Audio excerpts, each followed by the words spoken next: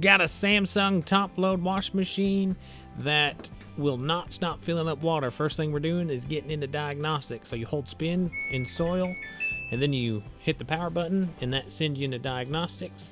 You turn it, I think, twice to hit test, and then you want to hit temp, and that will turn on one of the water valves.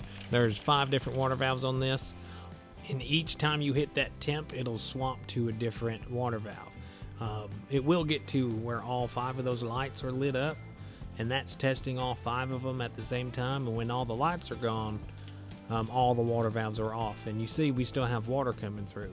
And what that means is you got a bad water valve. We're going to go ahead and unplug this, and you'll see the water still going to be coming out, and one of those water valves are just stuck open.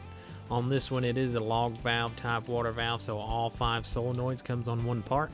So you just buy that one part, and that's it. You take the old one out, you put the new one in. It's not that bad of a job, but in this video I will show you how to do that. The only way the water will stop on this is if you turn the water off, so I'm going ahead and turning that off. I'll also show you guys how to turn on the drain pump, so you get back into diagnostics. So you hold that spin and soil level button, then you hit the power button, get you in the diagnostics, go back to the TST, and then you want to hit spin. That first one there, that turns on your drain pump. But anyway, that's how you get the water out easy without having to start a spin cycle or anything. This is the fastest way to do it. But anyways, back to the water valve. Before you start taking out this water valve, you do want to unplug the unit and turn both the hot and the cold water valves off. If you take those hoses off, you're going to have water going everywhere if you don't. And you might hurt yourself if you don't unplug it. So make sure you do that. But first thing we got to do is take off this back panel. There is 6 screws, 4 along the top, and then there's 2 or 1 on the left and then 1 on the right hand side. You'll see them all, but get all those screws out, and then you can get this back panel off.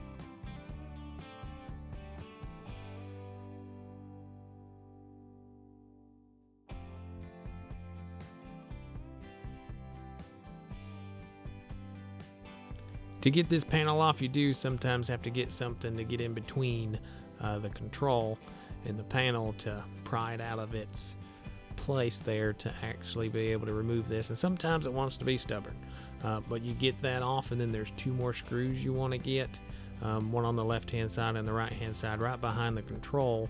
And once you get those 2 out, the control will flip forward towards you, and then you have easy access to that water valve to go ahead and swap it out.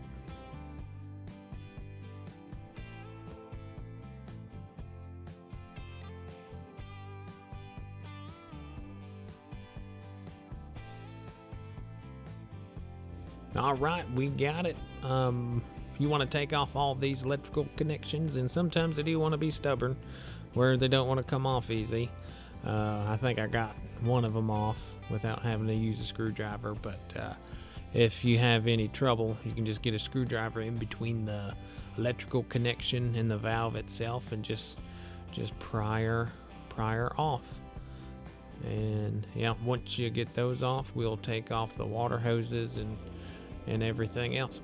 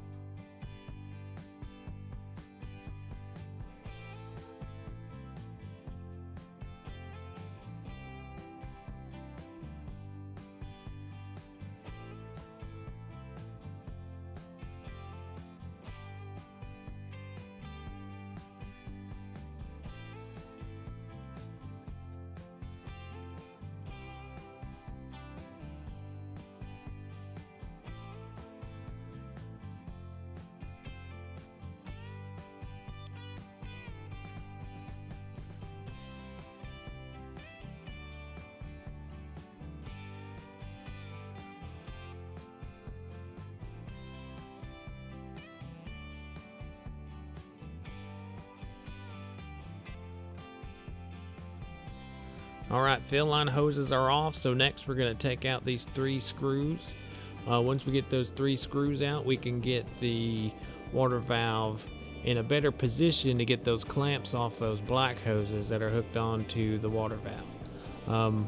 We want to push it up in the back and push it back to get it out of that dispenser there. But once you get it free, you can hinge it up so you can get those clamps off. If the clamps are right side up where you can get your channel locks on them a little easier, you can go ahead and take those things off without having to do this. But these clamps were pointed down, so we have to get the valve off to get those clamps off. But once you get those clamps off, you just pull those hoses off the water valve and old water valves out. Then you get the new one and you do the exact opposite.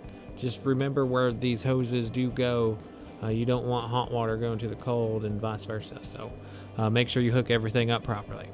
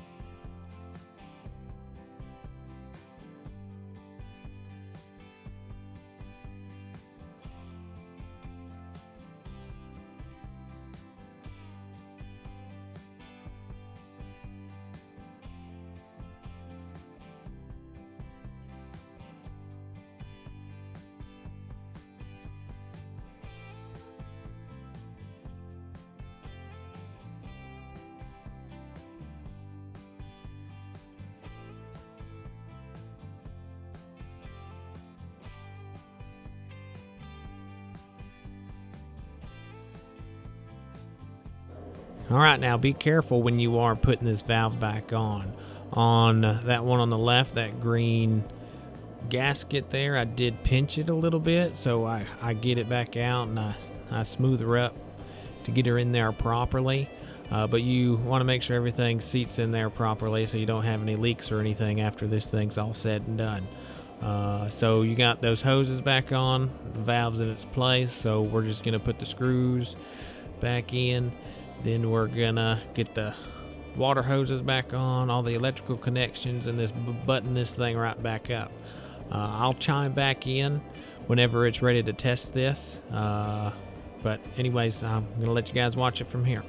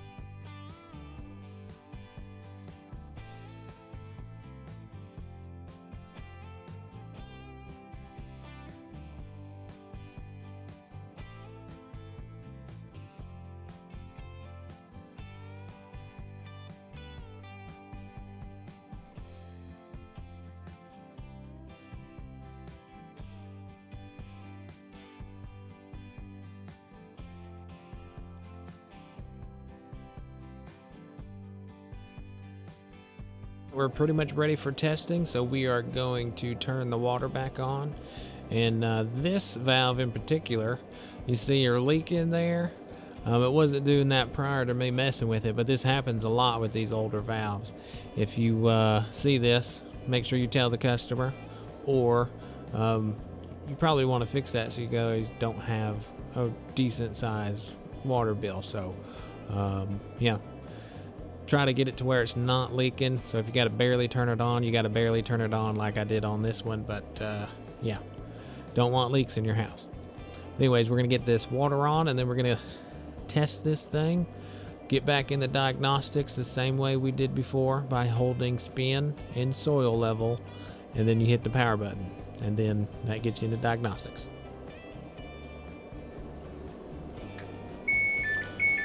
You're going to hit temp and turn on all those water valves.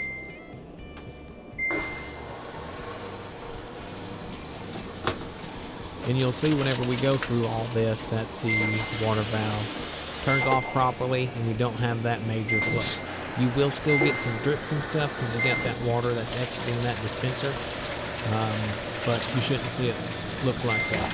You'll see it stop. Yeah, that right there is normal. Eventually it'll stop completely, but that's what your water valve is supposed to look like. But yeah, once you've tested it, you know it's working. You do want to look behind it, make sure there's nothing leaking. Those hoses and stuff you took off, so that's what I'm doing now, making sure there's nothing leaking. But then you drain the water, you put all the screws back in, button her back up, and that's it. Job's done. If this helped you out, give me a like, subscribe, and thanks for watching.